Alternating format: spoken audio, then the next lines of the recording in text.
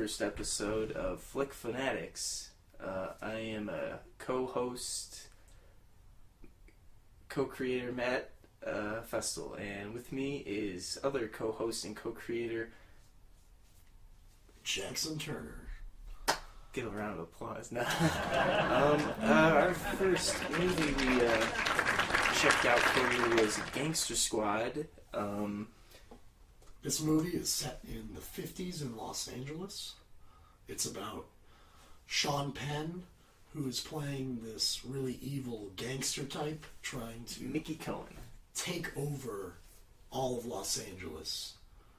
You know, get a hold on all the finances and anything coming in, anything coming out, that sort of thing. He's got control over it. Exactly. And that's where we're introduced to a few of our main characters, played by none other than Josh Brolin and the beautiful Ryan Gosling.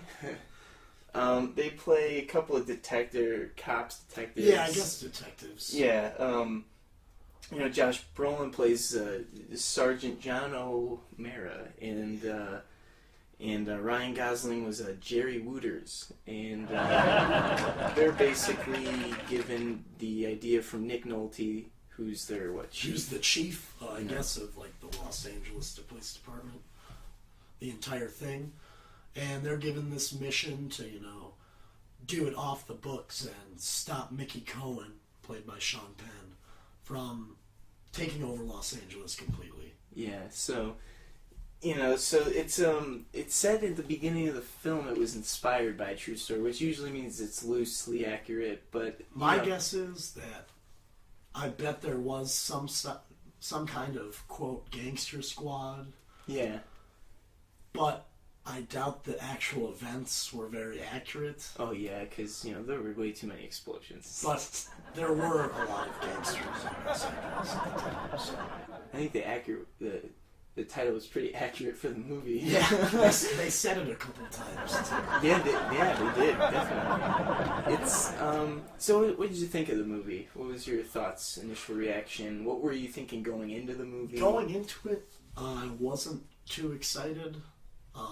I love organized crime movies, like The Godfather, Goodfellas, Untouchables, stuff like that. Okay. And once I saw the preview, I thought it looked a little too cheesy, too big Hollywood explosions, all that kind of stuff. Yeah. But then when I actually saw it, I thought it was really good.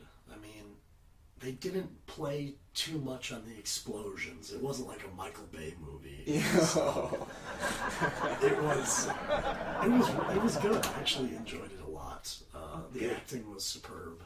Yeah, I agree completely. I liked I was reading some things before I saw that the writing wasn't very good, that the story wasn't as good as the style, but it was shot really well. Like, they had some really, really good action scenes in it. It was very violent, so if you're going into it, remember that. Yeah.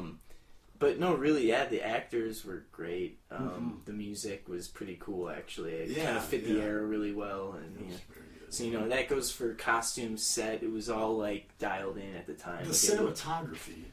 Yeah, that's another thing I really liked. Oh yeah. There was a scene. This, I guess, is kind of a spoiler. It was a fight between the Gangster Squad and some gangsters, and it was in a dark room, and there were guns going off. And the sound. And as the gun would flash, it would the scene would stop, kind of. Almost reminded me like a Polaroid picture or something. Yeah. It was like a strobe light. Yeah. And when it would stop, you'd see like an actual captured photo of what was happening, and then it would go back to what was going on, and it was added a nice touch to it. And I thought it was really cool. They did a lot of interesting stuff with the camera work, and I liked it. And what else I liked too was there's a whole drive-up shooting at one part in front of that theater type of thing. Yeah. And that's actually a scene where something heavy happens, and Ryan Gosling's character just basically loses it. Yeah, that was like the scene Matt's talking about is like the triggering point for Ryan Gosling. When he really gets sold on the whole idea of the Gangster Squad, when he actually sees firsthand what's really happening. And I think that was it was probably one of the coolest parts of the movie. The way the music was just intense, and it was, definitely.